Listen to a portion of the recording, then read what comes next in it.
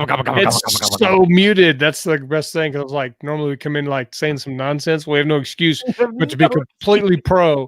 Whatsoever. Hey, welcome back, everybody. It's another episode of Live here on Keystroke Medium. I am Josh Hayes, as always, here with my wonderful, wonderful co-host Scott Moon. And today we're talking about what you guys wanted to talk about in the chat, in the Facebook group, which is what are the toughest things you're dealing with in your work in progress. Well, what's this look like before we get started? That looks like Beskar Steel. Am I saying the right? Beskar Steel? I think it's Beskar Steel. Beskar. It's Return to the Tribe. Best Star Wars series ever. This is the way. This is the way. This is the way. Spoken. Yep. So many good lines from that. Immediately in live chat, I think there was like 150 comments in the live chat before we actually went live. What? And I'm having a hard time scrolling through all the rest of them. There's no way in the world that I can see who was first. But the first on my screen right now is Bill. So we're going to give Bill the golf clap of appreciation for Keystroke Medium. I like Scott McGlasson's comment that we're going to motivate, educate, and masticate. That's true. All day. That little mastication. Here, it's a spinoff show we're gonna do. Barta Tate says pumpkin bombs. Why, yes, because it's Thanksgiving week. Yeah, and I'm super excited for pumpkin pie. I don't know about you, but I like pumpkin pie. Like my favorite time. Yeah, I can annihilate some pumpkin pie. I'm just here to say, you want to see humiliating food consumption? A little bit of pumpkin pie with like a whole half a container of whipped cream. Cream. Well, how you doing because so like my mother-in-law, she likes like the real cream, and so like they'll like make like whipped cream. So we'll have like I being a peacemaker and a pleaser, and I want people to be happy. I of course eat pumpkin pie with the real homemade cream, and then I eat another piece with the whipped cream, and then I just go back and forth until it's all gone. Look, any type of cream with pumpkin pie is good. Pecan pie is good too, but pumpkin pie is my favorite. And it says, where is it? Shadow was first. Bill says, oh, Rick says it also. So Shadow the Illustrator, you actually get the Keystroke Medium golf clap of appreciation. Thank you. You get two because we didn't do it right the first time. I don't know if we've ever had a two clapper. It's the first two clapper episode. Dean says I've had like 4 pumpkin pies from Costco already. There's a lot of pie going on. This we might call us the unofficial pie episode. I'm kind of what do you guys? Oh, Shadow likes cherry pie. I like cherry pie. I like pie. I like cherry. Sweet potato pie. Bart said, I don't know that I've ever had sweet potato pie. So is that a dessert pie? Sweet potato pie. I always get the loaded sweet potato from Texas Roadhouse, and I have that as a dessert. Okay, well then there you have it.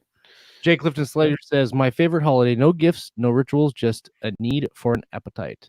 I agree. I think the only ritual, my only caveat to that would be the ritual of family getting together. My only ritual is premium holiday pay, because I almost always work Thanksgiving. Premium holiday. That is true. I do miss that. Yeah. And now I get premium holiday pay every day.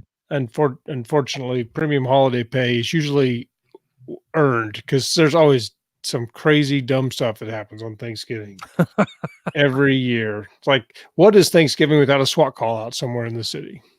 And Rick is way faster than Scott McGlasson.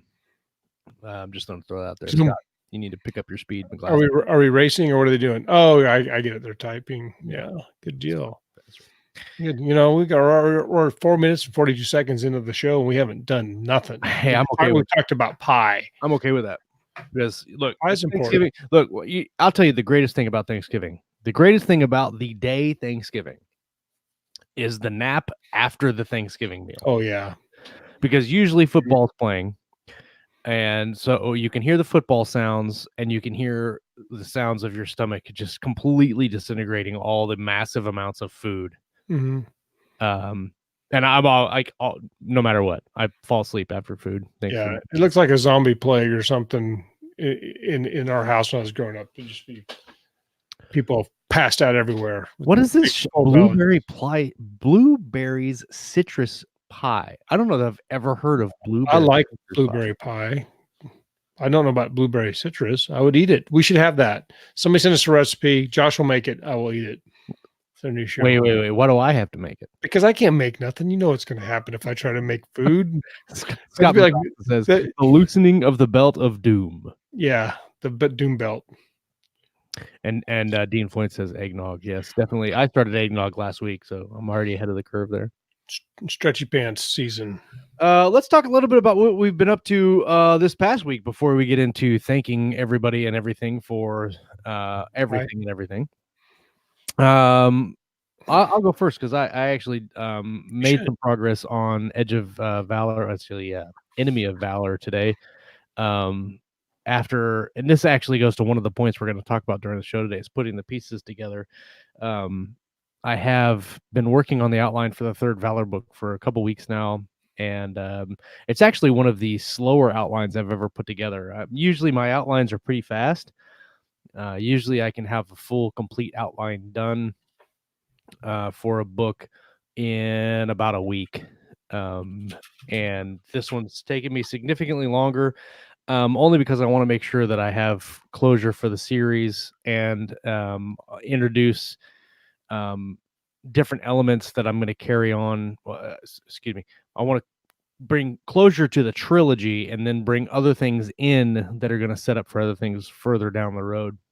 Right. So I want to make sure that I have all those things included. You're talking about closing a trilogy and having the option for some further adventures of, or something else in that universe. Absolutely. Well, and I kind of know what I want to do after, and how I want to continue the Valor universe. But Bard's got a winner. We've been looking for where were you when we were trying to come up with the title for the last Valor book like 3 weeks ago?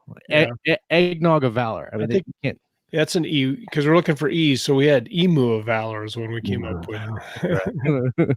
Because Rick ruined the name. Rick, you will always be known as the person that ruined Pumpkin Pie of Valor. Pumpkin Pie of Valor is good.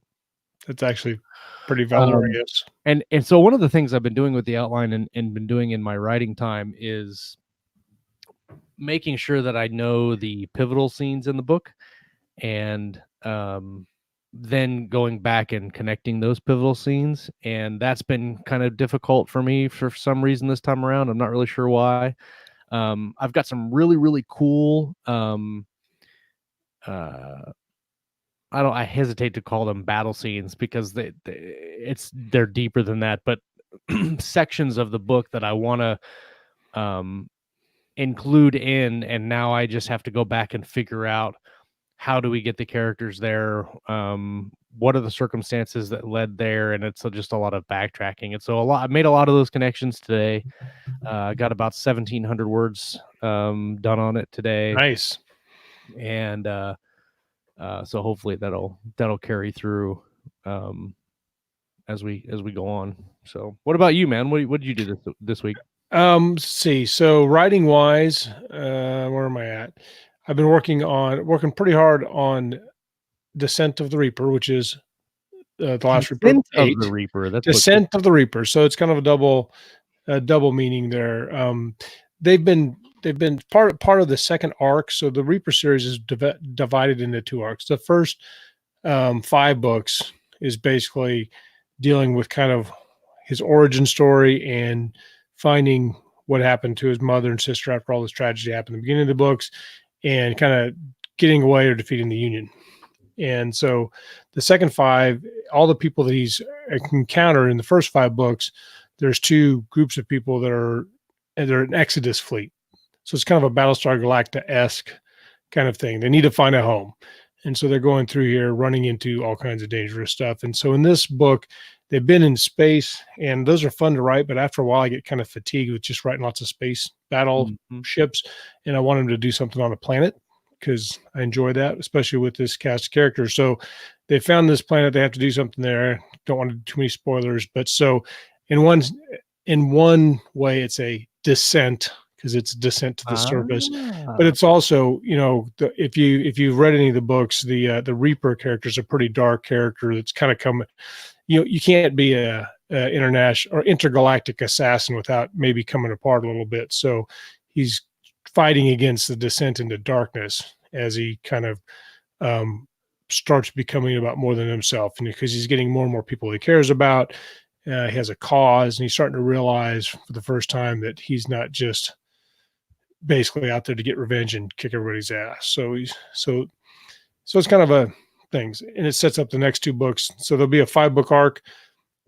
I'm anticipating that arc being about 5, and then there's going to be probably some more stuff after that. But the thing is you can kind of get some resolution, like you said, at the end of a trilogy, or at the end of what would it be, a quintilogy if you have 5 books.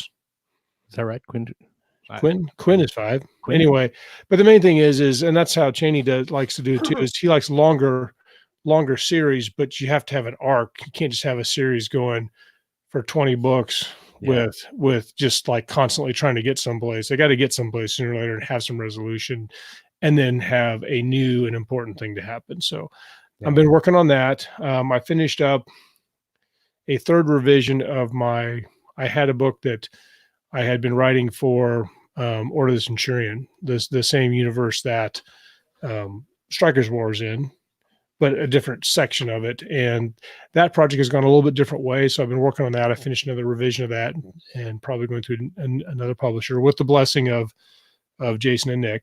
I think Nick's going to write a forward for it, which is very exciting. Nice. They both seem to like the story. It's very complicated without getting too much into the inner workings of why you make a change like that. Right. But I really love the book. That's the thing is I probably spent more work on Brothers in Arms is the name of it. And that's the title you helped me pick out. But I'm sorry, say that again. Brothers in Arms is the book. Who helped you pick out the? Some guy named Josh. Oh. He's like a creative genius, is what I heard. The word on the street. The word on the street. Scariest title collector in the universe. Yeah, pretty much. But I'm really passionate about the story, so I really do want it to find a home. So I'm excited about that. And then I have a bunch of side projects I've been tinkering with. Just when I get stuck on one, I'll start tinkering with something else. Just what I do. So, and I did a bunch of tech stuff. We can talk about that too. It's very exciting. Oh God. Josh has already taken the brunt of my rage about my collapse of my computers. And so the Mac's working good now, thanks to Josh. And then I bought on the advice of Hank Garner, I bought a Lenovo Yoga. I'm going to use it just for voice dictation because it's a PC, and I think voice dictation is better on a PC. And I got that set up with Dropbox, and it's going to go crazy. I'm going to love it. It's going to be a lot of awesome things going there. Very excited. Good stuff. Almost as good as Pi. Almost, but not quite. But yeah, so lots of stuff going. I forgot to mention, first of all, hey, Joe Rhodes is in the Facebook chat. Joe Rhodes was served with me in the Air Force way back in the day in the missile field. So we can get him. He could probably bring a lot of great stories to Keystroke. He'll come and we'll bring him on the show, and he can what all happens when the missile fans. field is. That's probably true. I do want to share. I got this in the emails today. From a guy on Fiverr. We were talking about doing t-shirts and whatever else last week. And maybe it was 2 weeks ago. I can't remember. We were talking about trying to get some cool things to add to the plethora of merchandise that we have. And so this is one of the things that came into the email today, this thing right here. And I think that was pretty cool. That's pretty good. So I don't know. I don't know what we're gonna use it. He did mine. It looked like just a big egg hat on it, so mine wasn't as good, obviously. We'll probably get a couple more and get some things done. It does need a hat. I know. I sent him a kind of a sample picture, and I was like, just do like when you get minimum. When you get your mugshot taken, they make you take your hat off. That's right. This is Josh's lineup picture. That's right. Oh man. Yeah, good stuff. Oh, that's funny. But anyway, that was fun. So one last thing is, and I think I'm going to write Lauren may have talked me into writing a period romance or something. I think nice. yeah. Yeah, because during earlier today when I had a whole bunch of tech issues that Josh was talking me off the ledge with, I just fed up and I went upstairs and my wife was watching Pride and Prejudice, so we watched some of that and I cried. I did. Get out of town. I did. No, I did. It was awesome. I'll tell you all about it if you want to hear.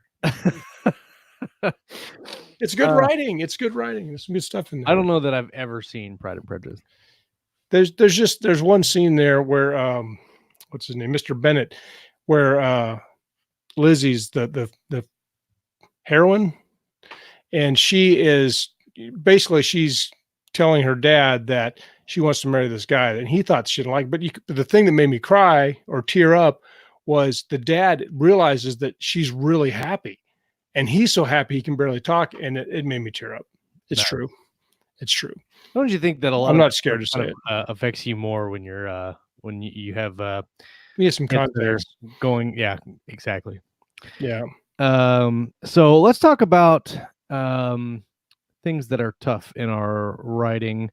I had my list up here from the poll in the Facebook group. If you're just tuning in tonight and you don't know, we do have a Facebook group, Keystroke Medium. Just search it on Facebook. We're the only one there, and we'll post polls occasionally to see what we want to talk about during the roundtables. There's a whole bunch of other awesome writerly discussion that happens in there. We got a couple good responses. I also got several good responses in the live chat. And if you guys think of anything during the show that piques your interest or that you want to talk about, don't hesitate to put it in the comments. Look at this. Jay Olivia says that reminded him of Will Wheaton, that picture. I'll take that. Yeah, there you go. There you go. I'm not sure. You know, in the chat, there's I can't even read some of the stuff in the chat. Let's see. So before we jump into the list on Facebook, I want to hit one because it happened in the chat and I took a picture of it because I knew I'd lose it. Jay Olivia says, the toughest part of writing is having to change what I wanted to write in my head to what I actually begin writing. Hold on, let me make sure I'm reading this again. The toughest part of my writing is having to change what I wanted to write in my head to what I actually begin to write, if that makes any sense. So like having a scene in your head and knowing it in your head, but then when you start writing it, it comes out differently, or it doesn't happen exactly the way you see it in your head. I think that might be what you're saying.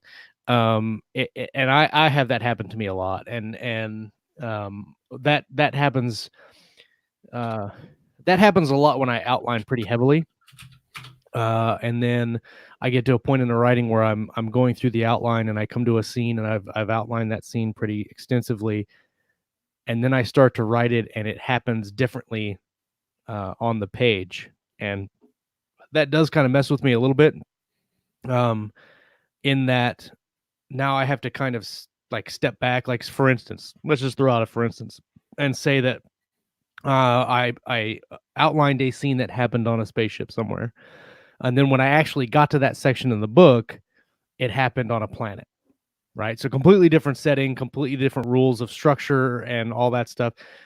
So then I just have to take a minute and write it the different way and see if it works. Most of the time it does work. But there are times where I have to change kind of the outcome of the scene to fit in the rest of the book.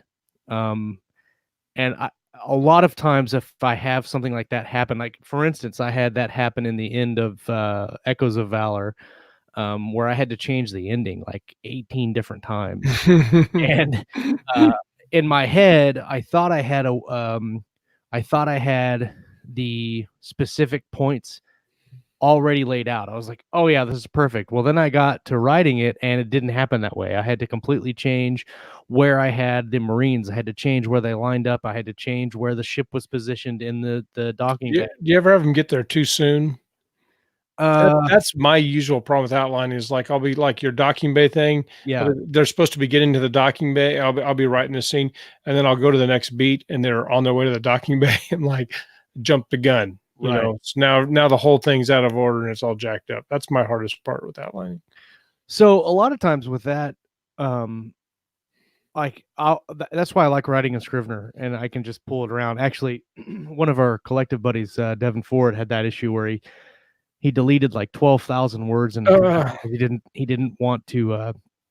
He didn't need them. He didn't think it was going to work in the storyline, so he deleted 12,000 words, knowing it wasn't working. And then as he got through the story, it came back where that plot line could have worked, and now that 12,000 words is gone. And that's one of the other things I like about Scrivener is if something's not working, I don't have to actually delete it. I just move it. I can just take all that stuff out, put it in a different folder that's not in a manuscript, and I still have it. It's just not in the book. Yeah. So you can do it with Word too. I mean, you just copy and paste and put it into a different file. It's really easy though with Scrivener. Right. Although I'm kind of Scrivener on the outs because Scrivener's been treating me badly. So let's see. Leo Vaccaro says the Muse is a good guide, not always, but mostly, which is true. The only thing I'll have to say on the Muse is there are some writers that only write when the Muse basically punches them in the face. And sometimes the Muse punches you in the face every week, and sometimes it punches you in the face every month. And then if you're just sitting around waiting for the Muse, then you might not get any writing done at all. Well, and sometimes I think sometimes you have to kind of court the Muse. Like the Muse is kind of there, and you just sit down and you kind of just start writing a little bit. And sometimes you realize that the Muse is just right below the surface, ready to start going, because it's like kind of going to work out. Usually, once you get there and start, you usually don't regret having done it. You only regret not having done it, not having sat down and searched for the Muse. The Muse is always there. You just gotta Tyler Davis. Even if you delete in Scrivener, you can recover as long as you don't empty the trash, which is also true. We like to keep it pretty trashy. We don't. Like one of these days, I'm going to look at my trash folder in my Valor, because I read all 3 books in the Valor series are in the same Scrivener file, and I want to see how many trash documents I actually have in that. There's probably like 300 trash documents. We should go through your thing, and we'll in the next episode, and we'll call it "Getting Trashy." Getting Trashy. Yeah. Let's see. There was a couple comments we were talking. Let's see here. Rick said something about outlining. Let me see if I can find his here. No, he said he was talking about how outlining was the toughest part for him and kind of getting that murky middle in the outlining. Yeah, here we go. The toughest part of writing for me, this is Rick Partlow, is outlining, because I'm going through all the writer's block and muddy middle when I'm outlining, except in 4 times speed of writing. Yeah. I wonder how that's the toughest part is the fast writing. I'm curious about that, Rick. When I am outlining, and you're right, it is fast because you're not doing really descriptive narrative. You're not doing full-on dialogue. You're just basically telling yourself the story and telling yourself what happens, and then doing it in small chunks. So how? My question is, I guess, how is the outlining the middle? How is that the toughest part for you personally? Not saying that it's a bad thing. I'm just curious on why that is the toughest for you. Let's see. Dean Floyd says, "Do you ever write in the dark?" We need to find. Can you find that clip, Scott? Can you find that link and see if we can link it? I can find it, but I don't think you can watch it unless you're in the 20 Books 50K group. I thought it was on their YouTube page. It's yeah, okay. I'll find it. I'm going to mute my mic while I do that. Okay. But yeah, I'm all about writing in the dark, and I'll talk after you talk. Yeah. Dean Wesley Smith was at 20 Books this year. I didn't go to the show live, but I watched it after the fact. And he did this whole presentation on writing into the dark, which is basically writing by the seat of your pants and then not rewriting, which is kind of a misnomer because he rewrites as he writes. But it was really helpful to me, kind of on a inspirational level, to watch that and then take it for what it is as a as a kind of like a Kickstarter to get back into your writing time. Let's see. I put the link in the StreamYard chat. Can you then drop that into the live chat? Yeah. Because I'm pretty sure I can't put it in. I got you. That way. I got you. I'd appreciate if nobody goes any place with that particular. There you go. So yeah, you were saying. Long? I thought it was longer than that. Yeah, I guess it is only 38 minutes. Yeah. All right, here we go. Let's see. This is the is it Wesley Dean Smith? Yeah, Dean Wesley Smith. Dean Wesley Smith. He wrote a lot of Star Trek and various things back in the 90s and stuff. Let's see. Here we go. Here's the link if you guys want to. Don't watch it now because right now you're watching our show. That would be wrong. After the show, you can go watch this. It would be morally irreprehensible. Let's see if reprehensible if you were to leave our show and go watch some totally other show. Against the rules. Totally against. Yep. I mean, that bad juju, bad things would happen. So Writing into the Dark in his basically talks about, well, he writes about 500 words and then skips back and revises that 500 and writes another 500 and then skips back 5. So he calls it cycling. And so his goal is to cycle through the story. So when he gets to the end, it's basically done. Now his catchphrase is one draft, clean, and then doesn't ever rewrite. Those are kind of general. Even for him, he probably does maybe have to do some rewrites or something. I don't know. It doesn't matter. Or maybe you get to a point where you just have a editorial staff that is that vested. But he's written an enormous amount of stuff. The funniest thing about that YouTube show, if you watch it, is he talks about not even remembering what he's written. He's written so many books, like 400 books or something like that. Right. And that would happen. It's kind of like you can't really remember all of your books that you've ever read in your life, but if you picked a book up and discuss it with somebody, then you would remember it. Yeah. Oh yeah. But you're not walking around with 400 books at the tip of your fingers. Yeah. Rick answered and he says it's because he knows okay, that makes sense. So he's talking about having problems with the murky middle, and he says he knows the beginning and he knows the ending, and the middle that he doesn't know. And so I'm curious, when you outline, do you skip outlining the middle? And then that's what kind of brings you down while in the writing part, or do you outline the middle as well? Because I find like outlining the middle for me, that's why it's kind of why I'm having some issues with Enemy of Valor, is that I know the big points that I want to hit, and so now I'm basically outlining the murky middle parts between those big sections, and so that's where I'm having not trouble, but I'm having a time making sure that those middle parts are not uninteresting, and that everything is pushing the book forward instead of just having lags between everything. I usually outline the first half of the book and then maybe like a couple of the major plot points in the rest. And I find that if I do more than that, then I just screw myself up. And plus I'm too impatient. Maybe I'm just too impatient to get started. But then, and that's the other thing in Dean Wesley Smith, is that he does outline kind of as he goes. So basically when he gets to the end of a chapter, he writes a little summary of what he just did. So he has like reference notes. So basically by the time he's done, he'll have an outline of what he's done because he's pantsing or discovery writing. And I've kind of done that too. So, but like we've talked about before about using kind of like the headlights, like you outline out as far as you can see with your headlights. And because you don't really know you're going after that. And then I get a little bit further and then if I get to the point where it starts to feel like either what I'm writing is boring or I'm not quite sure where it needs to go, then I'll outline sometimes to the end at that point. Yep. I mean, I think that's one way to do it. That's what helps me get through and then I don't really worry about outlining the middle because I don't want to get bored with the outline. The outlines can be really exciting. And then in my opinion, you need to get into the story while you're still excited and use that energy. Strike while the iron is hot. Dean Floyd says the hardest part of the story for me is the resolution after the awesome climactic scene. Good point. Yeah, I actually have some issues, not issues, but I have some struggles with that part of the book as well. I always and that's probably going to be one of the hardest things to do in Enemy of Valor, is to do a resolution to the trilogy without doing.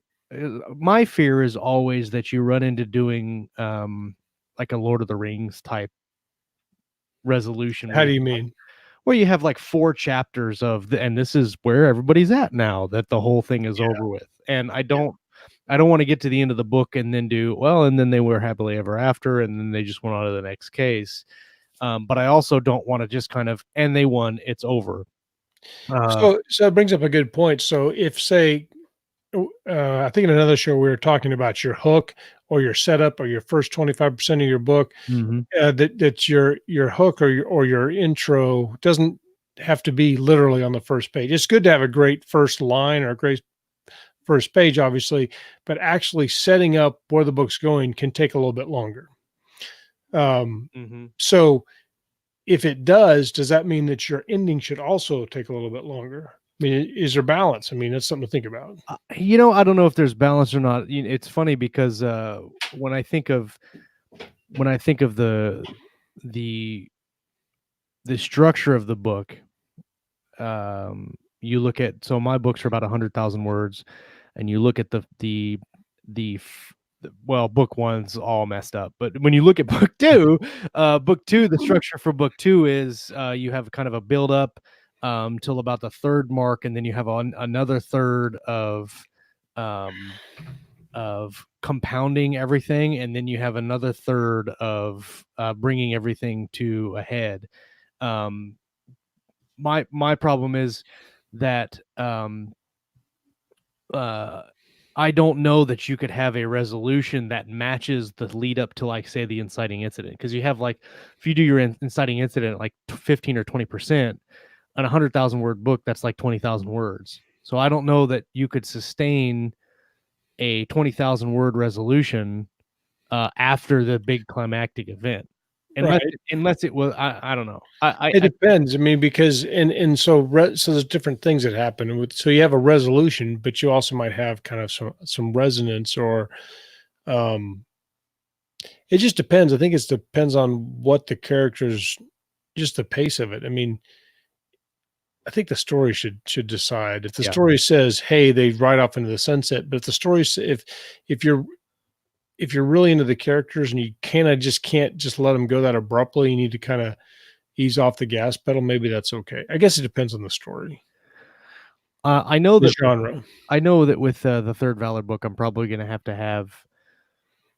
I could probably do like probably 10,000 words as a resolution to set the stage for what else is going to come later. Yeah.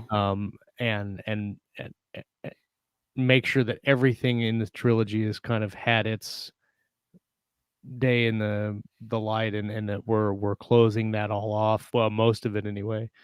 But resolutions are pretty tough because, like, book 2 ended in a cliffhanger almost, and book 1 ended. It wasn't really a cliffhanger, but it ended basically right when the story ended is when, like, we didn't really get any resolution. Like, the only resolution we got, they made the big arrest, and that was the end of the book. Yeah, and that was the end. In Stryker's War, this is a killer segue. In Stryker's War, the ending was the end of the battle. You had the big climactic battle at the end, and then you had a hospital scene in which one of the main characters is recovering. And then after that, you have a scene where it's basically a funeral / presentation of orders for the Order of the Centurion. And so those last 2 chapters are probably, they're probably about 5,000 words total for the resolution of Stryker's War, which is about a 65,000 word book, maybe a little less, maybe 4,000 words. So you have a 4,000 word resolution section of that book. And then, of course, you have the letter at the end. But I can tell you from the reviews that I got on that 4,000 or 5,000 word resolution, that it was an emotional gut punch for everybody that read it. And that was the absolute point of that resolution. Yep. But some books don't, not all books end in a gut punch. Well, and that book and that kind of niche genre of that book, it's written for the ending. Right. I mean, it would be a completely, if the ending wasn't there, it would literally be a completely different book. Whereas, you could have in a lot of military sci-fi or space opera, you could have like it in a different way. Right. Like Yeah. they wound up on this planet instead of this planet, or this character won instead of this planet, or they used a spaceship instead of a laser beam. Yeah. But in Stryker's War, it has to end that exact way. It's the only way it can end. Yeah. And speaking of Stryker's War, it's the sponsor for tonight's episode. It's pretty convenient. Pretty convenient, if I do say so myself, because it comes out on ebook tomorrow. That's going to be so cool. It is. It's been out on audiobook for a really long time, and it is an Audible exclusive, right? It's been an Audible exclusive for 6 months, and now it is available. It comes out tomorrow. You can go buy it right now, or you can get it tomorrow. Either way, get it. Stryker's War, a Galaxy's Edge standalone novel for the Order of the Centurion series. That messes with me. I'm going to turn that off. I don't like that. Go away. Okay. Stryker's War. Feel the thunder. Stryker Company always brings the fight, but when they relieve an embittered and embattled Republic Marines, they find an enemy unwilling to stand up and face them. Tasked with protecting the Republic's interest on a mining world, the Legionnaires face roadside ambushes, deadly double-dealing locals, and constant sabotage. The mission isn't as straightforward as they thought it would be. As skirmishes escalate into coordinated ambushes and assaults, two squad leaders, Talon and Lincoln, are forced to chase after the sparks threatening to ignite the entire populace into a full-blown insurgency. Denied the Legionnaires and resources they need to contain the situation, a single platoon fights to complete a mission requiring all of Stryker Company. The outnumbered platoon must work their way from glittering coastal ports through steaming jungles and dust-covered mines to find an enemy hidden seamlessly among the indigenous populace. The cost is high, the sacrifice great, but nothing short of death itself will stop the Legionnaires of Stryker Company from completing its objective. In the standalone tale of combat, brotherhood, and sacrifice, these Legionnaires will learn what it truly means to make the ultimate sacrifice for their friends of doom. Dun, dun, dun, dun, dun, dun. Doom friends. Stryker's War was of this last year, probably Stryker's War was, it was the year before. So 2018, I wrote it in 2018. It was probably one of the funnest books I wrote of that year. And the response has been great. It's been on Audible, and the reviews on Audible are great. And it's awesome because there's several that are like, I'm not crying, you're crying, or somebody was cutting onions during the end of this book, or somebody said I'm not crying, I'm moisturizing my face with my eyeballs. That's right. Somebody said it was, if you can read the last two chapters of this book and not cry, you don't have a soul, basically, is what they said. Yeah, it's true. And was that Ray Porter that did that? Ray Porter did the narration and did a fantastic job. When I listened to that, I thought he might be, I can't even say it because people hate me. I was going to say I liked him better than R.C. Bray for that particular book. Man. And now R.C. Bray will never read any of my books, so now I have to go into audiobook death. But I still thought it was awesome. I really like the way he did that. I thought the book was great. So, and then the funny thing is then Ray Porter also did The Last Reaper. So I listened to Stryker's War, Josh's book, and I immediately went in. Like I was literally mowing the yard. I was like, "Oh, next book." And I flipped in there, so I listened to Josh's book, then I listened to my book by the same narrator. And I like the way Stryker was read even better. Even though I put the link in the live chat to Stryker's War. Go and pick it up. The ebook, you can still get the audiobook if you want, but the ebook is fantastic. Is it Whisper Sync? I think it is Whisper Synced. I'm not sure. Kevin G. Summers did the formatting. He did a phenomenal job. I got to preview the formatting last week, and it looks amazing. So he's good. He's real good. Hook a brother up, and then leave a comment. Faux show. Leave a comment and a rating. Not a comment, a review on Amazon. I'm going to leave a review. Hey, consistently, Christy's here. She's listening to us while she does the dishes. What's up, Christy? I'm glad we could help. Always scrub before you put them in the dishwasher. That's the rule. I almost got in big trouble today doing the dishes because Jen worked all day. They're doing a flip where she works, and I knew the dreaded flip. she didn't want to come home to dirty dishes, so I was scrambling to get them done at the last second. I didn't quite get them done. So. Oh man, so I tried. That's one of the biggest things. That's one of the biggest challenges I faced when I made my switch to writing full time. Is so I need to do the dishes, right? Well, I need to sit down and work. I'll do the dishes later. Well, then it's like I look at the clock and I'm like, oh crap, Jamie's gonna be home in 5 minutes, and I like run upstairs and start I'm halfway through the dishes. She walks in the door. She's like, oh, I'm so happy you're doing the dishes. Like, I know I've been slaving away for hours doing the dishes. It took me all day. It was really all hard. day. Didn't get anything done. Just been doing the dishes all day. She's doing. Dean has an interesting comment question. If you want to check that out. Yeah, let's see. And I think my problem is I raised the bar for the ending so high. The fallout for that is weird. How do I successfully come off that high? That's what I'm always by. So the high of the climax is what you just write of doom. Sorry, go ahead.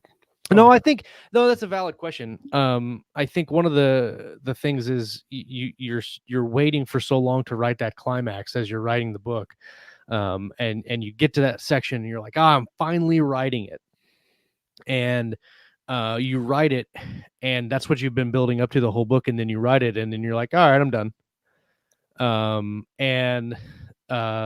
I actually had that problem on Edge of Valor when I was writing Edge of Valor last year, is that I got all the way up to the end of the book. I finished it, and then I realized that I needed an extra part in there to wrap everything up for the reader, and that took me a few days to figure out how to do that. How to do that and still give the reader. Well, I didn't want it to be a cliffhanger. Basically, Steve and I talked about it. Steve at Athon Books, we talked about it when I turned the book in, and I actually had originally wrote it as a cliffhanger. I originally wrote it as the character that they arrest at the end of the book gets away before they arrest him, and that was going to be the lead into book 2. And when Steve read it and we were talking about it, he said, I don't know if you should make it a cliffhanger. And he said, I know there's a lot of people that are going to not be miffed about that, but there's going to be some people that aren't going to like that. And so we need to not do a cliffhanger here. So I rewrote it, and it made it not a cliffhanger. But then I had to figure out, okay, now I'm not going to have a cliffhanger after everything has been explained now. What do I need to do to resolve the book? I can't just cut it off right there. So I did a couple things that kind of set the stage for what I was going to do in book 2. So a lot of I think the resolution in your book, if you're writing a series, a lot of the resolution is set up for the next book. So you can kind of do double duty. I said duty on the resolution section, where you're creating resolution for your book, but you're also setting the stage for the next book. And instead of just having just a straight cliffhanger, I think that would give your resolution a lot of weight, that you're also setting up what happens in the next book. Let's see. Scott McGlasson said something. Oh, he was talking about King. I think that Scott McGlasson says not having a good ending never stops Stephen King. I completely agree, man. True. The end of The Dark Tower, when he basically, spoiler alert, the end of The Dark Tower, he basically just takes an eraser and a pad of pencil and erases the bad guy from the tower before Roland walks in. Come on, man. Yeah, let's not do that. When you're talking about building up the ending to be so huge, it's kind of like literally like you're building an explosion, or a climax. And so the bigger it explodes, kind of the longer it's going to take to settle back to earth. So I think if you have a really powerful ending, then it's going to naturally have some momentum that's going to carry it maybe more pages than something that's a little less trite. But sometimes there's just nothing to follow that with. Yeah. Sometimes the ending is so kind of like in Strikers, where you get to the end of that, that's it. There's really nothing you can say beyond that. That's not going to be too much of a diminishment, because you want to hit the end and then kind kind of slide off the back, like, but sometimes you don't want that drop off as much. I agree. But I think the stronger the ending, the longer it can be. If it makes sense and it's happening for a reason, it's not just a bunch of action beats. That's dumb. Yeah, and I think too that you need to gauge what it does for your story. Luke in here is talking about a short story, and he said he was talking about trying to wrap up the short story and finding a good. He was saying this earlier. I can't find the comment, but he's talking about wrapping up his short story and then ending it on a cliffhanger, or ending it on a cliffhanger rather. And I don't know about short stories ending on cliffhangers. The one thing I'll say about short stories that I like that are different than novels, and that you can end it on not necessarily a cliffhanger, but on a question. So you can end a short story on a question of something, and it makes the reader. And short stories are much more known for kind of trick endings or clever endings, or right. Like, oh, I didn't see that coming, kind of. But I think in a novel, by the time you spent 10 hours or more reading a novel, you want a real ending. You don't want some, oh, wasn't that, look at that neat, clever thing they did at the end of the, right. That's one of my biggest problems about short stories is I mean, like, I read some in college, and just in general, I'd read a lot of the literary short stories for a while when I was trying to publish short stories, and they always seemed like they couldn't just have an ending that actually had resolution. Yep. It always had to be like this big what if thing, or some clever reversal. And I've rarely been satisfied with an ending in a short story unless it was very masterful from the beginning. And one of the I don't do a lot of short story reading. I am writing a few of them right now. One of the things that I think that are fun about short stories is that you can kind of play with them in a way that you really can't with a novel. And if it fails for whatever reason, whatever you were trying to do, if it fails, it's not as big of a letdown to the reader. Yeah, than if you would do it in a novel. Because if you do it in a novel and it fails, then the reader's like, I have just invested all this time to read this novel and it didn't work out.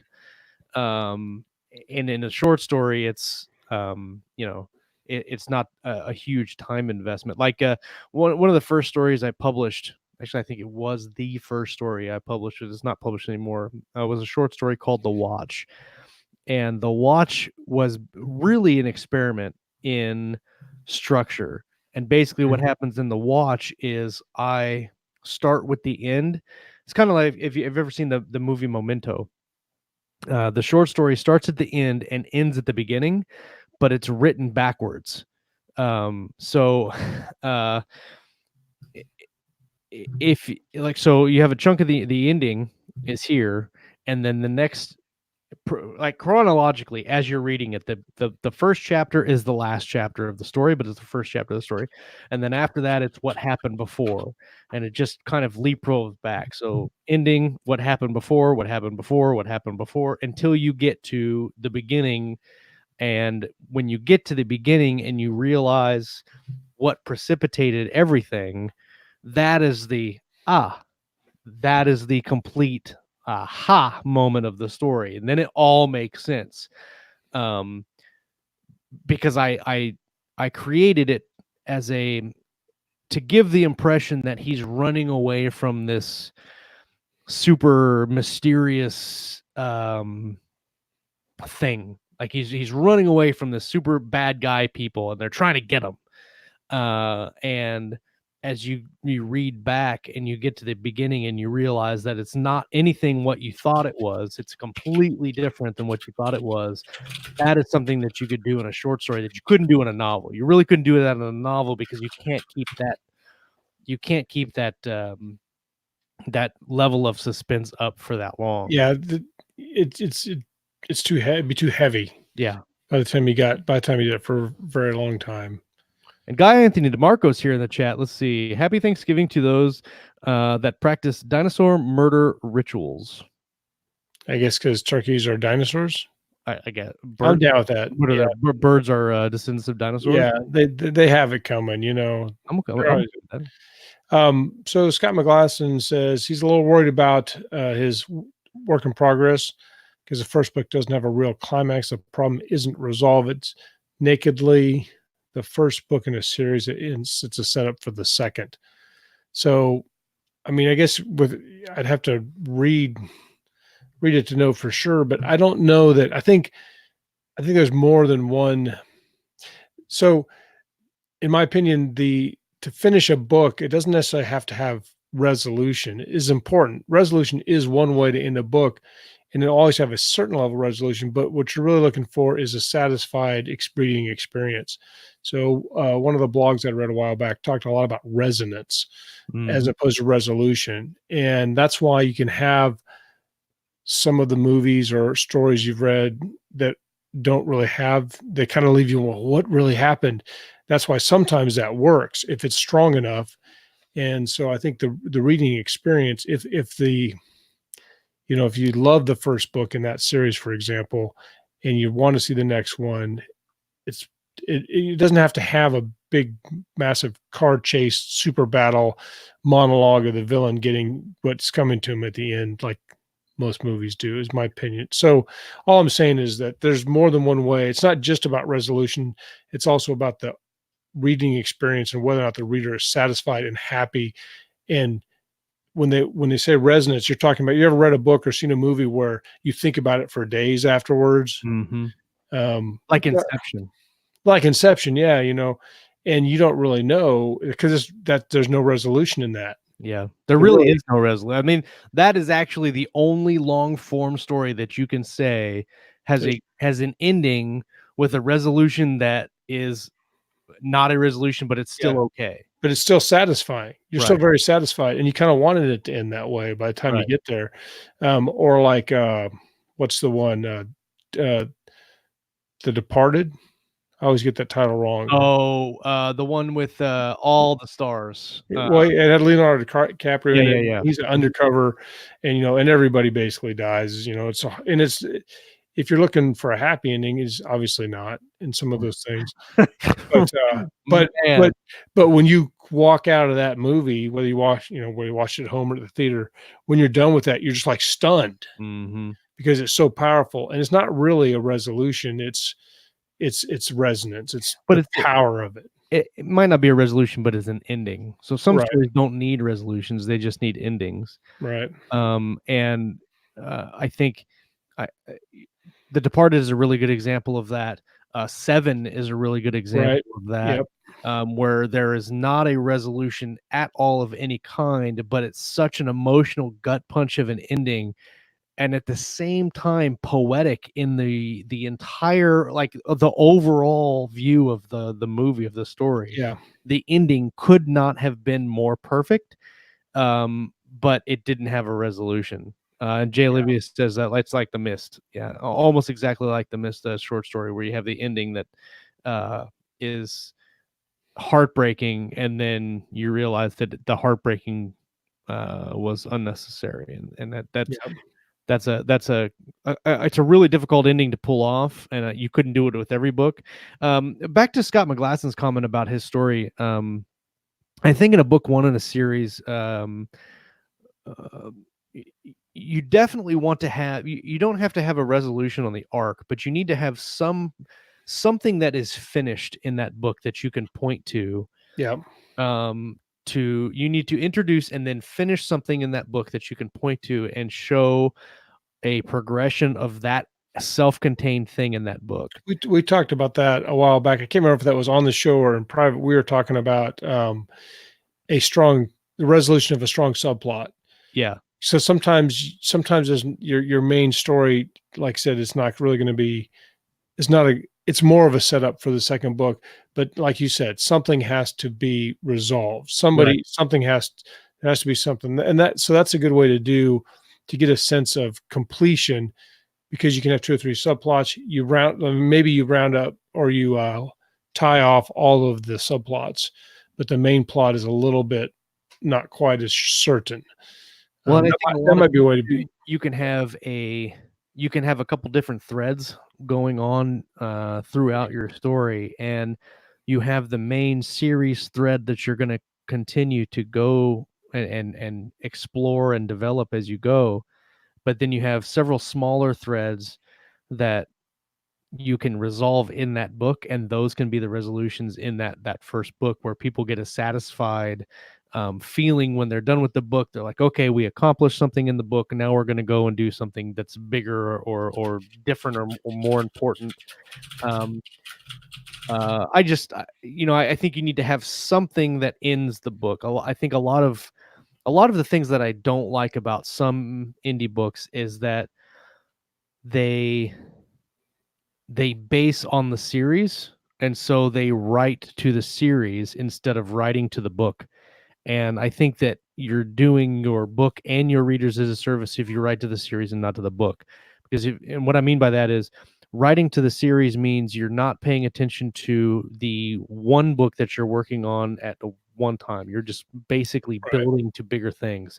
If you focus on the book in and of itself and say, does the book have a storyline that works, that is good for this book, where we can have a resolution on this book and this story that also pushes something else? That's why a lot of people, when the kind of rapid release 30-day cliff thing or series thing started to kind of be big a few years ago, some people who had written long books said, well, that's perfect, I'll just chop this book into 3 parts and it'll sell like wildfire. Well, it didn't work because because it's not a good resolution in each part of the book. Yep. You'd have to do something a little bit different. I like where this discussion went, and I think that we didn't touch on any of the topics that we had in the. We touched on a couple. Putting the pieces together. What was a couple? It kind of counts. A couple of the things. Let's see. Dean Floyd says, "At Josh, I tried to solve that problem in my own work by writing out a synopsis of the story. Each story a symptom of the real overarching threat." Yeah, I can see that. Yeah, I mean, it's kind of what we're talking about a little bit. I would just make sure the story is all the stories. Well, so like every book in the series doesn't necessarily have to focus 100% on the thread of your series. Right. If let's just say, for instance, you have let's just say you have a story on a kidnapping. This is the first thing that comes to mind. Your big series thread is a kidnapping and finding the kidnapped person. And in the first book, you realize that you have the kidnapping, and then you figure out maybe who has them. And then in the second book, it's finding out where they are, and maybe you find out where they are, but that was a red herring or something. Well, then the third book, something else happens. You're dealing with, if you're a federal detective and you're dealing with a I don't know, somebody attacking someplace, and you've got to go deal with that before you can get back to the kidnapping. Like, you can have books that pull the attention away from the main story that you're trying to tell, and still like building the characters. You're building that universe, the world, and the series into several different things and different directions, instead of just focusing 100% on that series, the point of your series. And I think that you don't want to do it all the time, because you start doing that, then you lose direction and you'll lose readers.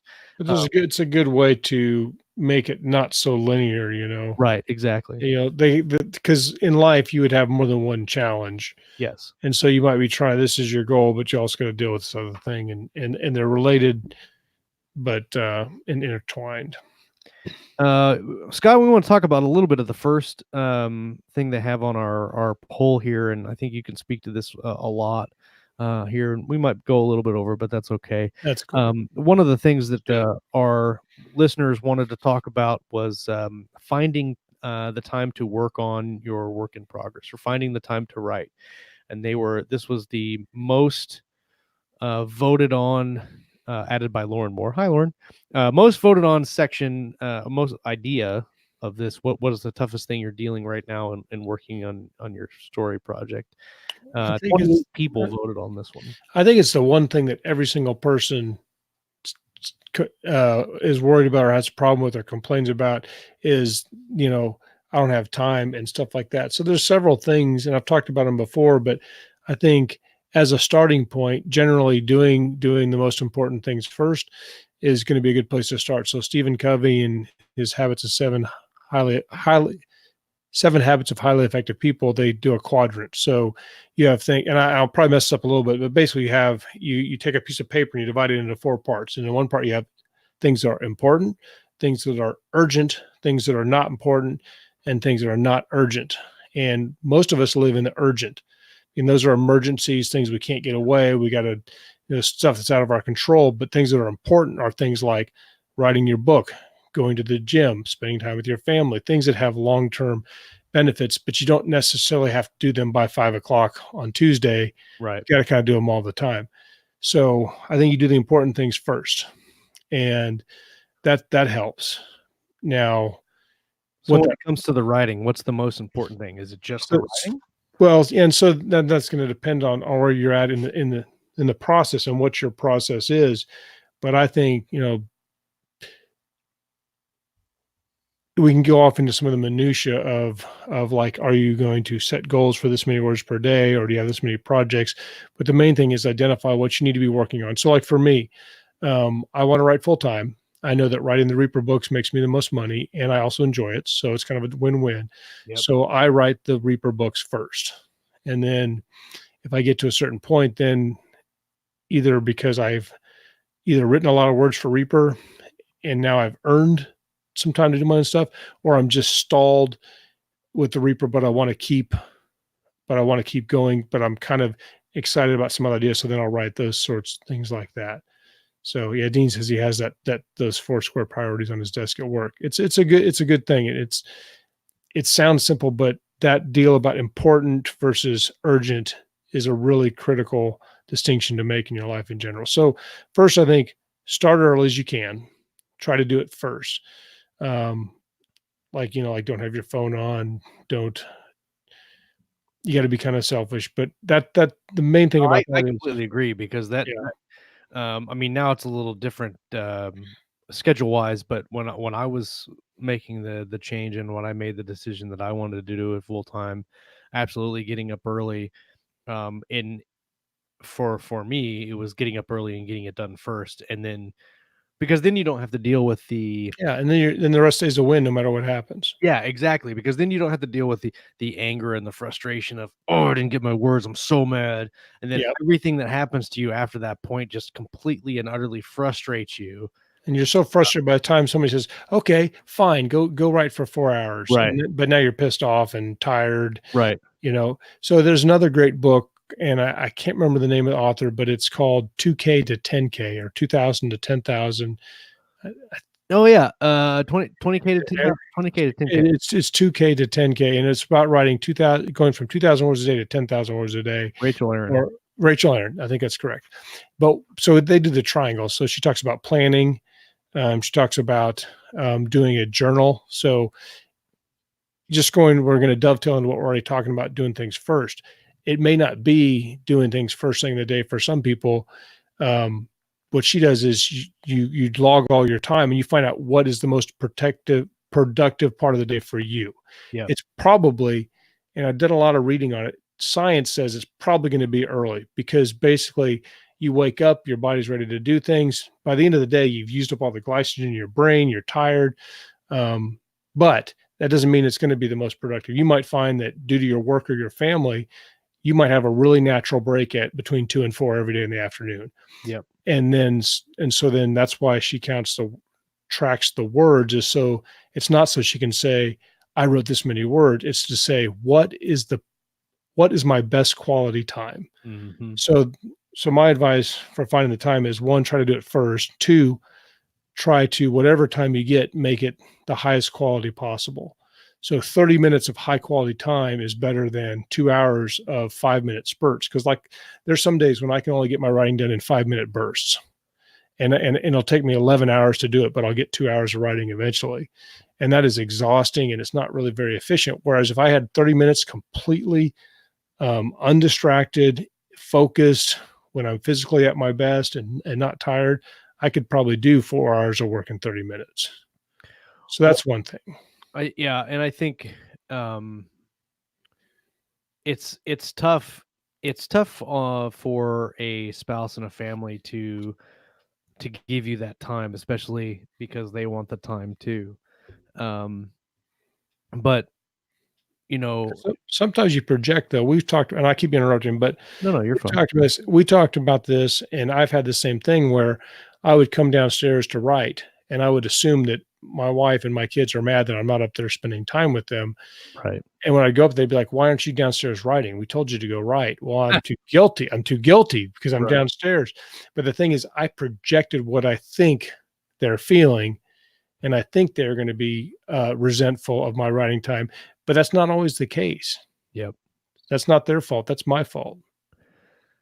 Let's see. Guy Anthony Marco says, writing and plotting has to be made a priority. Bring a method to record words so that you can make use of those annoying dead times like waiting at the doctor or drive. Absolutely. I think that's 100% accurate. And if you're struggling to get words, sometimes it's I haven't done this a lot recently because I have a lot of time in front of the computer that I don't need to do this. But I would have my phone with me and then write abbreviated scenes on my phone. And I wouldn't do like full on narrative description or full on dialogue, but it would just be 300 or 400 words of abbreviated scene beat work basically on my phone that I could bring over to my computer later. You do a couple hundred of those a day and it really adds up. And then it also adds speed to the actual writing process. When you sit down to write, then you already know, it's kind of like a short form outline for that scene.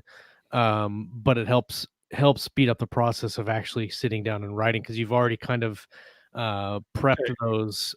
Grease the wheels a little bit. Yeah, exactly. 100%. I also think an important element is pressure. You can't beat yourself up and abuse yourself, but I think, like for me, I know that sometimes pressure will help me get stuff done, and I can definitely go too far because I tend to make my goals based on a good day of writing. And then on the days that are harder, I'm like, well, yesterday I wrote 5,000 words. I'm a complete loser because I only wrote 500 today. But I think pressure is good. And so there was, I think it was Jocko Willink had one of his things. And he talks about when your want becomes a must. Mm-hmm. So if you want to find the time, then you might do it. But you must find the time. And that's kind of the way. I mean, I probably don't have to have it, but I like to treat my writing time like if I don't do this, I will die. Yeah. I mean, my family will starve. We're going to live on the streets, and I have a day job still, so it's not that important. But that's the way. That's my inner monologue: is if I don't do this, I will die, and that's why I always get my writing done. And I also like to. I like the work. I've tried to change my attitude. I'm not trying to write a book a month so that I can someday stop writing. I'm trying to write a book a month so I can always write a book a month. 100%. I think that's one of the things that I've been juggling with personally, but it's also one of the things that you look at when you talk to somebody who is starting out or looking for time to write. And if the writing is work or it's struggling or they're hating it, writing is the process for me. Writing is the fun part. It should be the fun part. That should be the fun part. So it should be the most enjoyable thing that you do that day. But if you're dreading the writing and you're absolutely dreading sitting down to do it, I mean, there's something else going on there. I mean, the process should be it. Like, for me, I like sitting down and then creating a scene from nothing. I think that is one of the funnest things to do as a creator. And now the struggle then comes doing it every day and putting together cohesive story, but actually creating those scenes. I think dialogue is one of my favorite things that I can do as a writer. I think it's one of the things I'm best at. And when it comes to a scene that is heavy in dialogue, I fly through those scenes. Yeah. That's the I could just sit and have a dialogue scene all day long and not have any action. I've actually got to the point where I don't like doing battle scenes because I like doing dialogue way more. Yeah. And so it's just have fun. Like if you like watching football, you're going to make time to watch football. If you like playing video games, you're going to make time to play the video games. If you like writing, just make some time to write. And it doesn't have to be 3 or 4 hour blocks. It can be half an hour, 45 minutes, or an hour, and just do it consistently. Think about what you do, or watch your kids. Like my kids will get up in the summer god awful early, and they'll sneak down and play video games. Yeah. Or like one of my favorite stories. I'm going to embarrass my oldest son if he ever watches this. So I can't remember how old he was. He wasn't that old. I'd come home from work at 3 a.m. And I think he was probably getting into his middle teens or something. Yeah. And I would come down there and I'd be like, I would have a sense that he just went to bed because he sleeps really hard. If I've told stories about Richard, like one time he fell out of bed when he was a kid and his face was on the ground and his body was still up in the bed and he was still asleep. He just didn't even wake up. Just fell out, landed on his face, still asleep. But so he's a really hard sleeper. So I get in there, I'm like, hey, Richard. He's like, oh, he's just going to sleep. I'm like, you were wide awake. We have this argument that he was up playing video games till 3 a.m. when I came from work. And so I go sit down in my chair at the computer and it's hot. I mean, it's like burning hot. Like somebody had a fever playing video games. I'm like, you're a liar. Out of here. Like, I didn't just fall off the rookie truck. I know how to fight out. We had a huge argument at 3 a.m. It was great. There's a couple the point is that he wanted to play video games and he found the time to do it. And was willing to take that kind of abuse, arguments, to make it happen. So writing motivation is also a good way to make sure that you have the time. Jay Clifton Slater says, "Getting a job is my fear." Mm-hmm. And then Rick Partlow says, "Honestly, the only thing I've ever been good at, writing is the only thing I've ever been good at that I could make money from." So that's agreed. And same here. That's a good way to look at it. Consistently, Chrissy says, writing is a stupid amount of fun. I just think so far ahead past the writing to all the things I'm going to have to do gets in the way sometimes. And I think that could be one of the things that slows people down is thinking of everything but what you're working on, the marketing or the editing or what happens if you write this great scene and you can't fit it into the rest of your book, or do I need this that I'm working on right now? Like, and people, you might think, what if I mess this up and it doesn't sound like I want to and I've wasted all this time? Well, the thing is, you haven't wasted the time because you spent all that time writing. It's all practice. There's a lot of good talk in here about Lost and Breaking Bad, which I've watched Lost, the whole thing, and I agree with all the comments. A lot of people are saying that they love the show. The last season was horrible, which I agree with. And the last season really did ruin Lost, so what's crazy about this is you go Lost in Game of Thrones.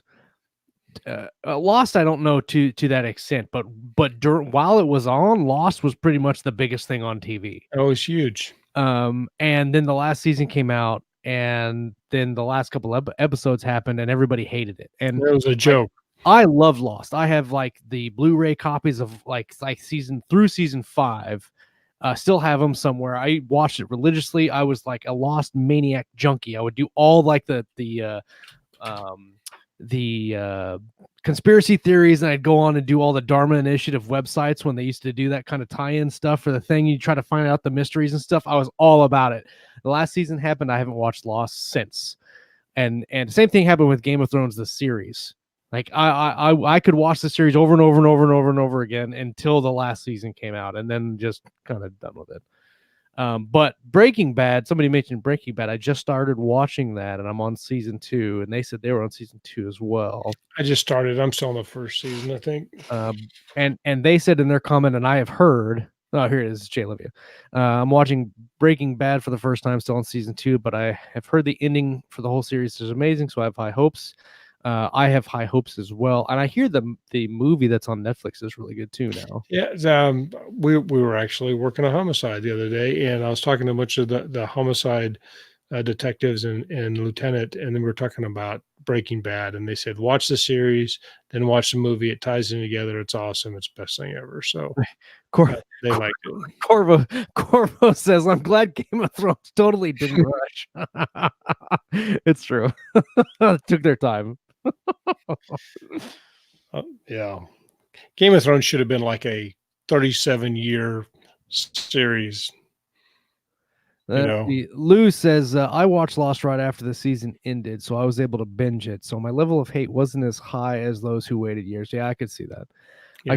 And maybe I should go back and watch the last season, like with an open mind, maybe, and see if I can like it a little better. I don't know. I tried to do that with The Last Jedi when we did our show on The Last Jedi. Like, I'm going to watch it again, and I don't remember hating it that much, but then I hated it. But so let's talk about the Mandalorian. And there's been so much. There was so much worry about the Mandalorian, and then it came out and just kind of blew all the worries out of the water for me anyway. I know some people don't like it, but I freaking love it. I think it's good, and I think we talked about it a little bit. I think that they didn't try to do too much in the first 30 minutes. You know, they didn't introduce 15 characters we're supposed to care about. They just have 1 or 2 characters and a storyline and some questions and some cool gadgetry. I'm gonna highlight this comment because I think it's great. Then I go back to talking about the Mandalorian. Guys, we got to wrap up Game of Thrones. Hurry! Disney's gonna give us Star Wars, and then they didn't do Star Wars. So whatever. But I think you're right on about the not introducing a lot of extra characters in the Mandalorian. And I think that's kind of a lot of shows miss the mark where they try to introduce, and a lot of books for that matter, try to introduce a lot of characters that, and we talked about this earlier this week. They introduce a lot of characters that they just expect you to care about. And they expect you to care about them just because they're characters in the book and not because they're likable or careable characters. And they're hard to differentiate a character. Even if they were good characters, it's hard to, because you're experiencing the writer's voice for the first time. Yeah. And you got 9 characters and they kind of are all just one big character soup in your head. Right. You need a time to really get latched into them and get some questions. Baby Yoda. Guy Anthony Nabarco says Baby Yoda, everything else is irrelevant, which I agree with. I think that is the way. That was brilliant. Whoever did that was like, hey, you know what I'm going to do? I'm going to make $1 trillion on Baby Yoda merch. So what's crazy is that everybody bashed Disney for their obvious merchandising things with like the little stuffed bear penguins or whatever from The Last Jedi, and then like the robot BB-8 and all that stuff, blah, blah, all completely obvious to make money, and everybody hated it for the fact that they made it to make money. Like, I don't know if Yoda was supposed to be a merchandise initially, but Baby Yoda, come on, like, okay, obviously they're gonna make $1 billion on plush Baby Yodas, because I'm gonna go buy like a crap ton. Oh yeah, I might get a Baby Yoda tattoo in Vegas next year. They're pogs, exactly. Baby Yoda tattoo. Yeah. But Baby Yoda is also cool though, and it's almost kind of like, well, like, remember we were talking to Dave Chesson when we were in 20 books. Yeah. Do you remember that conversation where he said the reason he has a picture of him and his kid? We're I can't remember what night we were talking to him. I think he was just talking to us about arms dealing and whiskey too, but different conversation. But anyway, actually he wasn't talking to me. I thought he was talking to you. Maybe he was talking to Richard, but he said that he has that picture of him where he has the baby in the baby harness, and he says that he finds that decreases the meanness of the reviews he gets on stuff. Oh yeah, no. He was saying that. And so Baby Yoda's the same way. You want to hate my Star Wars? You got to hate Baby Yoda first. No, he actually, okay, so that's a good point. He was saying this is an insight into super. This is the most important thing you'll learn this entire episode. 119 minutes to get, or 1 hour 19 minutes to get to this thing. And the thing is, everybody who stayed is rewarded because this is the way. That's this right. Is the way. The thing is, he put in at the end of his books, when you do the about the author, right? Please review this book, blah blah blah. Instead of putting just a picture of him as the author, and then thanks for reading my book, I appreciate it. Let me know what you think, blah blah blah. He puts in a picture of his entire family and says something to the effect of, I'm glad that I can support my family with these books. And if you could support me by leaving your review, blah, blah, blah. And it's like really just give me your heartstring. I'm going to reel it in and go leave that review. And he says when he did that, his reviews went right up because everybody can sympathize with the family, and a kid and all that stuff. They sympathize and they feel more obligated to go and do that. It's a super secret, like, whoo, man, that was a really great.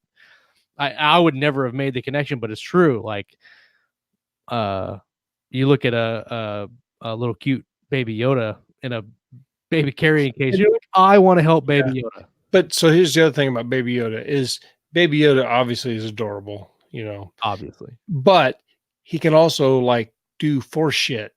So he's like a cute little thing that it's just cool. Yeah. I love in the third one where he gives the baby Yoda a little, what do you call it when you put on a stick shifter, the little knob, and he just hands it to him. Okay, so that's the best part of the show. The great thing I think about, let's see, I'm going to highlight this comment too. Dean Floyd says Mandalorian works because the protag is shoehorned into a really crappy situation. No choice he makes is ideal. The premise also challenges him to the brink of his skill set. Good stuff. Taking notes. Absolutely 100%. Putting him into a crappy situation, then ramping up so they put him into kind of a no-winner an increased level when they bring him into the room with all the Empire guys. So we already know, okay, it's up the stakes a little bit, and then he's got to fight off all these guys, so it's up the stakes again, and then we up the stake a third time by then presenting Baby Yoda, and well, maybe we should do like a series of breaking down the Mandalorian, because we should, and I'm a little bit worried.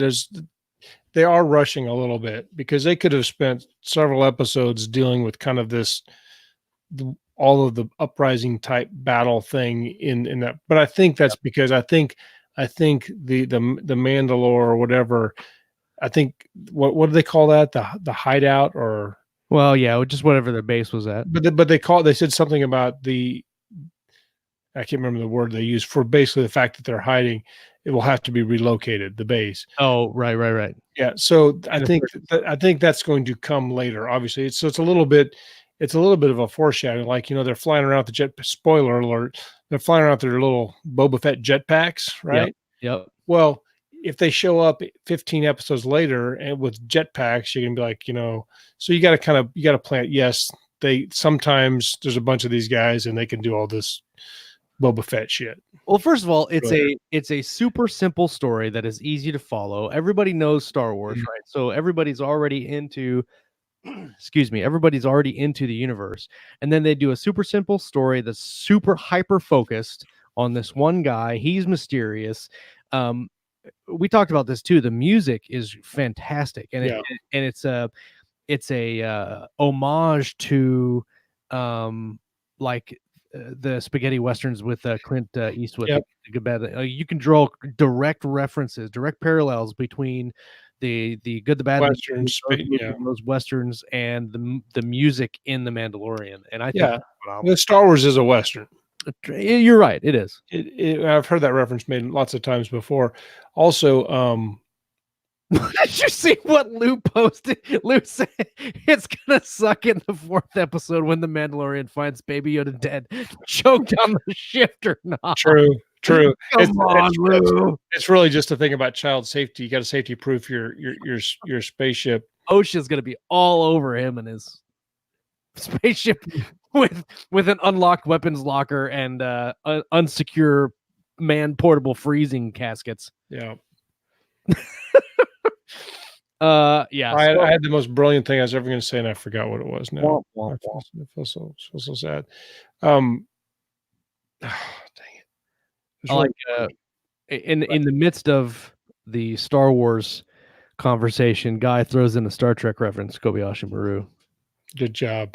One of the greatest things that happened to me on the bomb squad was we were all driving back from a call, and I can't remember what it was, but it was me, Brandon Ham, Mike Kepley, and Ryan Snyder, and we're all driving. And so to set this up, Kepley is like the most gung ho, like straight lined, like I am in charge, and you know that I'm in charge person.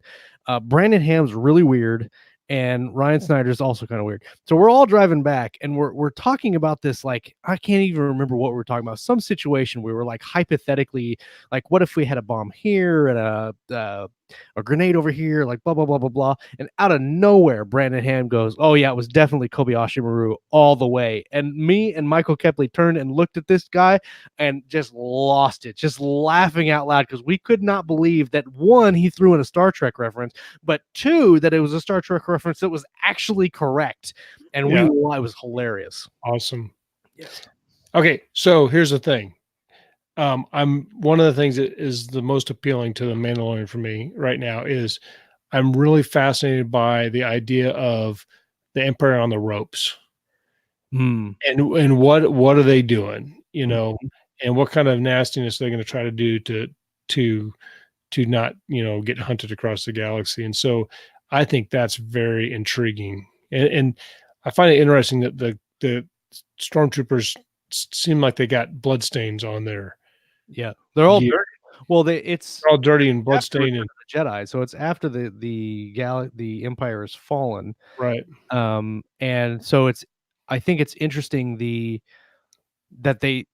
because there'd be something left. You think, oh, they're defeated, they all leave, they're all gone, right? But they're not really. There would be like millions and millions of these stormtroopers and battle commanders, and they're all spread out through the galaxy, and they're getting the news that it's over at different times, and yeah, I mean, I think there's some really interesting story potential in that. You ever get the impression that nobody, like Mandalore or Stormtrooper or anybody that wears armor in Star Wars, do you ever get the impression that they never bathe?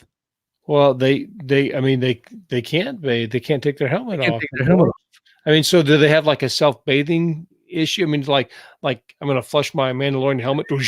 It's a self. They hook up a hose to it and it like rinses them out. I mean, what do they look like underneath that stuff? It could be pretty nasty. Or when they say never, do they mean never except for during the normal ritual bathing times or whatever? It's a guild mandated 5-minute bath time. Right. Yeah. So that was a good conversation. We touched on a couple things that we had in the poll. I think it was a great show. Everybody in the live chat, I certainly had a good time. Made this show absolutely phenomenal. And thank you. Great live chat. Yes. Wow, an hour. Part about Baby Yoda choking to death on a on a shifter knob.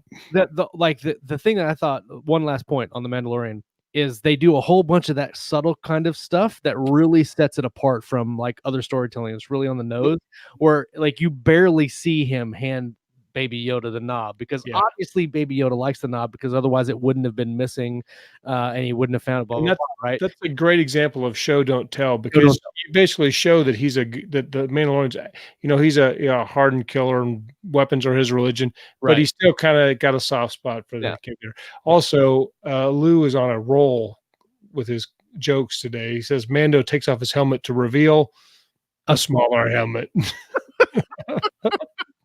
That's right.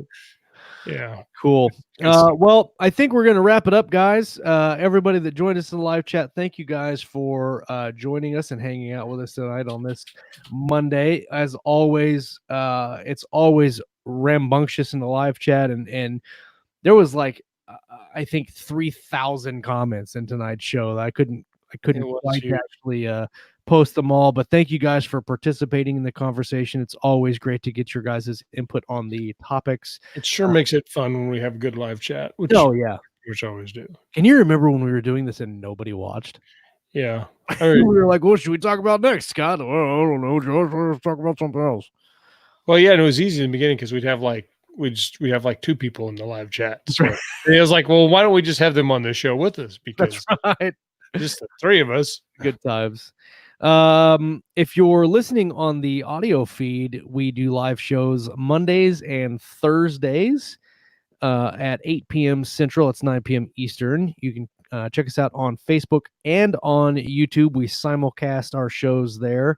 If you find us on YouTube, hit us a subscribe, give us a like, share the video around. If you're on Facebook, please share the video around. Let your friends watch it.